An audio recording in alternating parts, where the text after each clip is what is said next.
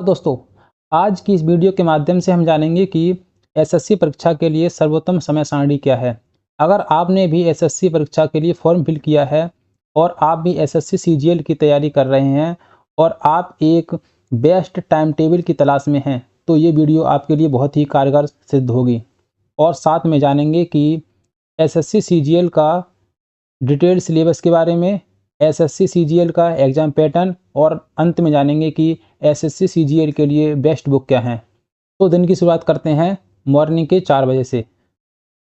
उसमें जो है 4:30 से 6 एएम तक 4:30 से 6 एएम तक हम जो है मेडिटेशन करेंगे या हल्की-फुल्की दौड़ या वॉक पे जा सकते हैं। उसके बाद में हमें 6 बजे से 7 बजे तक हमें अपने वोकैब्युलरी के लिए पढ़ना है। 7 बजे से 8 बजे तक हमें जनरल अवेयरनेस सामान्य जागरूकता के लिए पढ़ना है। 8 से 9 बजे का समय जो रहेगा हमारा वो ब्रेकफास्ट का रहेगा। 9 से 10 बजे का जो समय रहेगा हमारा वो रहेगा रीजनिंग के लिए। 10 से 12 की बात की जाए तो वो इंग्लिश के लिए रहेगा। इंग्लिश पढ़ने के बाद में हमें जो है 12 बजे से 1 बजे का समय जो रहेगा हमें जो हमने टॉपिक पढ़े हुए हैं पीछे उनके प्रीवियस ईयर क्वेश्चन पेपर लगाने हैं। और उसके बाद में हमें जो है 1 बजे से 2 बजे तक का हमारा लंच का समय रहेगा। 2 बजे से 4 बजे तक का हमें जो है हमें या तो मॉक टेस्ट देना है, टेस्ट देने के बाद में उसका एनालिसिस ज़रूर करना है। उसके बाद में 4 बजे से 5 बजे तक हमें जो है व्यायाम, दौड़ या जिम में जा सकते हैं। 5 बजे से 6 बजे तक इन सभी विषयों का हमें फिर से रिवीजन करना है। रिवीजन करने के साथ-साथ हमें जो है 6 बजे से और साढ़े 6 बजे तक कैलकुलेशन प्रैक्टिस, एसएससी सीजीएल के लिए कैलकुलेशन प्रैक्टिस बहुत ही ज़रूरी है। बात करते हैं 6:30 से साढ़े 7 बजे तक की, तो उसमें जो है आप डिनर कर सकते हैं। आप चाहें तो इस समय के लिए थोड़ा ऊपर या नीचे कर सकते हैं। बात की जाए 7:30 से और 11 पीएम तक, तो इसमें हमें जो है मैथ पढ़नी है।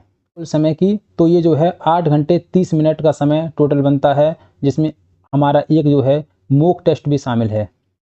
रिवीजन स्ट्रेटजी की बात की जाए तो नोट से रिवीजन करें, पीवाईक्यू हल करें, मॉक टेस्ट दें और गलतियों का विश्लेषण करें। ध्यान रखने योग्य बातों की बात की जाए तो मोबाइल और सोशल मीडिया से थोड़ी दूरी बना लें, स्वास्थ्य पर ध्यान दें, पर्याप्त नींद लें, हर दिन कुछ नया सीखने की कोशिश करें और पॉजिटिव सोच रखें। आगे बढ़ते हैं और जानते हैं एसएससी सीजीएल के परीक्षा पैटर्न के बारे में। तो बात की जाए इसमें टियर 1 एग्ज़ाम होता है, जिसमें कि टियर 1 जो होता है वो क्वालिफाइंग नेचर का होता है, जिसमें कुल 100 प्रश्न होते हैं। 100 प्रश्नों की बात की जाए तो प्रत्येक प्रश्न जो होता है 2 अंकों का होता है और प्रत्येक गलत उत्तर पर देने पर आपको जो है 0.50 की नेगेटिव मार्किंग होती है। बात की जाए इसमें प्रश्नों की संख्या की और कुल अंक कितने होते हैं, तो सबसे पहले आता है रीजनिंग की प्रश्नों की संख्या होती है 25। अंक की बात की जाए तो 50 अंक हो गया। समय इसका मिलता है आपको 15 मिनट का। बात की जाए जनरल अवेयरनेस की तो प्रश्नों की संख्या होती है 25, अंक होते हैं 50 और समय की बात की जाए तो इसमें भी आपको 15 मिनट का समय दिया जाता है। उसके बाद आता है मैथमेटिक्स, तो इसमें प्रश्नों की संख्या होती है 25, अंक जो होते हैं 50 होते हैं और समय की बात की जाए तो इसमें भी आपको 15 मिनट का समय दिया जाता है। उसके बाद में आती है इंग्लिश जो है प्रश्नों की संख्या इसमें भी 25 होती है। अंक की बात की जाए तो 50 अंक हो गए और समय की बात की जाए तो इसमें भी आपको 15 मिनट का समय दिया जाता है। टोटल जो है प्रश्न हो गए आपके 100 और अंक हो गए आपके 200। 100 प्रश्न और 200 अंक होने के बाद में आपका टियर 1 की कट ऑफ बनती है। टियर सेकंड की टियर सेकंड बहुत महत्वपूर्ण होता है, क्योंकि कुछ पोस्टों को छोड़ करके बाकी ज़्यादातर सिलेक्शन जो होता है वो टियर सेकंड के माध्यम से ही हो जाता है।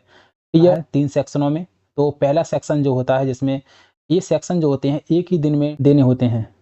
तो बात की जाए सेक्शन 1 में, तो सेक्शन 1 में आपका जो है मैथमेटिक्स और रीजनिंग, जिसमें आपके प्रश्नों की संख्या होती है 60। इसमें प्रश्नों की बात की जाए तो प्रश्नों की संख्या होती है 60। मार्क्स की बात की जाए तो इसमें होते हैं 180 मार्क्स। इसमें समय की बात की जाए 30 और 30 यानी कि 60 मिनट का समय होता है, जिसमें 30 मिनट आपको मिलते हैं मैथमेटिक्स के लिए और 30 मिनट मिलते हैं आपके लिए रीजनिंग के लिए। बात की जाए सेक्शन सेकंड की, तो इसमें जो होता है इंग्लिश लैंग्वेज और जनरल अवेयरनेस, इसमें जो होते हैं 70 प्रश्न पूछे जाते हैं। समय की बात की जाए इसमें तो इसमें 60 मिनट का समय होता है, जिसमें आपको 40 मिनट जो होते हैं इंग्लिश के लिए और 20 मिनट आपको जनरल अवेयरनेस के लिए। मार्क्स की बात की जाए तो इसमें 210 मार्क्स निश्चित होते हैं।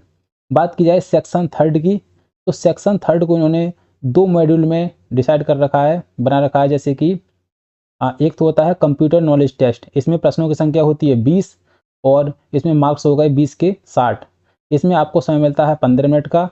उसके बाद में होता है module 2 data entry speed test, जिसमें एक डाटा एंट्री टास्क दे दिया जाता है, जिसमें आपको 15 मिनट में फिल करना होता है।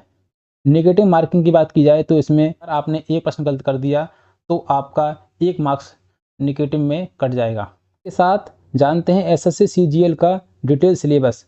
तो इसमें टियर 1 का सिलेबस अलग रहता है, टियर 2 का सिलेबस अलग रहता है, लेकिन दोनों का सिलेबस थोड़ा अंतर है, ज़्यादा अंतर नहीं है।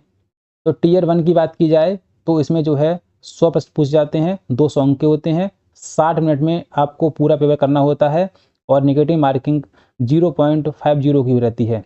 तो बात की जाए इसमें जनरल इंटेलिजेंस एंड रीजनिंग की, तो इसमें जो है analogical classification, series, coding decoding पूछे जाते हैं। उसके बाद में जनरल अवेयरनेस की बात की जाए तो करंट के इवेंट हो गए, चाहे नेशनल के हो गए या इंटरनेशनल हो गए, static GK, history, Indian polity, geography, economics, general science.